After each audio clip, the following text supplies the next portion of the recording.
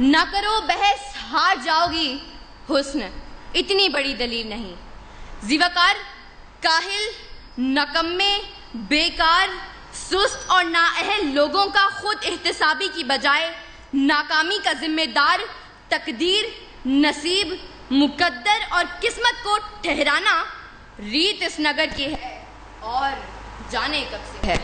اس طرف سے آ کر قسمت اور صرف قسمت کے راگ الاپنے والے ہاتھ کی لکیروں، ستاروں کی چال اور طوطے کی فال پر سر پھینکنے والے یہاں دلائل پیش کرنے کے بجائے ہمیں قصے اور کہانیاں سنائیں گے، ہندوستانی فلم مقدر کا سکندر چلائیں گے اور ایوان میں بیٹھے باشعور لوگوں کو ماموں بنائیں گے، لیکن میں ان کی کوئی فلم چلنے نہیں دوں گی اور دلائل سے یہ ثابت کروں گی کہ کامیابی قسمت سے نہیں محنت سے ملتی ہے، کیونکہ پھول یوں ہی کھلا نہیں کرتے، بیج کو دفن ہونا پڑتا ہے۔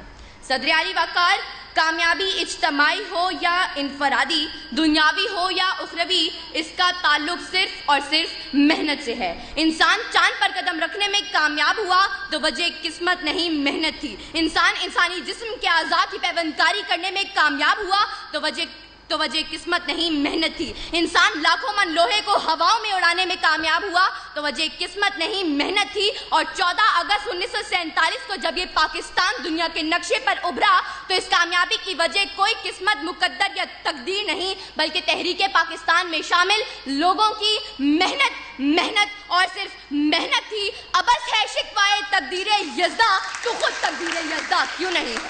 صدر اعلی وقار، اس طرف سے آ کر ایڑیاں اٹھا کر اچھل کود کرنے والے ان قسمت کے ماروں کو بتاتی چلوں کہ تلاش رزق میں نکلنے کے بجائے کسی منوسلوا کے اترنے کے انتظار میں بیٹھنے والے آج کامیاب نہیں بلکہ ناکام ہیں۔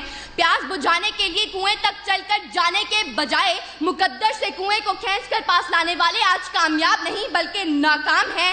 ظالم کے آگے سر اٹھانے کے بجائے ظلم کا نشانہ بنے ہاتھ پہ ہاتھ دھرے منتظر فردہ رہنے والے مظلوم آج کامیاب نہیں بلکہ ناکام ہیں۔ پلٹنے، جھپٹنے اور جھپٹ کر پلٹتے ہوئے لہو کو گرمانے کے بجائے قسمت کے مارے کرگس بن کر بیٹھنے والے آج کامیاب نہیں بلکہ ناکام ہیں۔ سر اٹھے تو صحیح ظلم کے سامنے، تبھی ظالم کا وقت حساب آئے گا اور تبھی غریبوں کے دربار میں ہاتھ جوڑے ہوئے ہر نواب آئے گا، انقلاب آئے گا، انقلاب آئے گا۔ صدر اعلی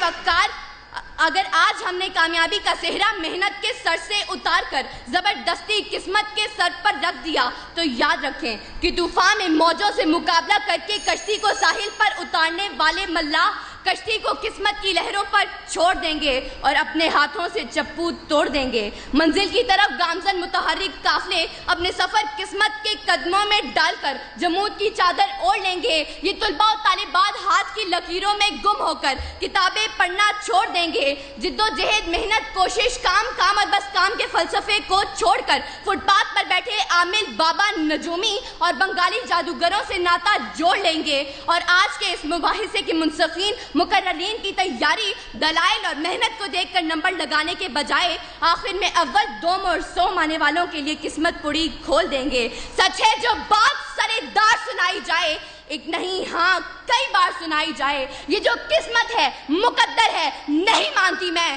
وہ کمائی ہے جو محنت سے کمائی جائے۔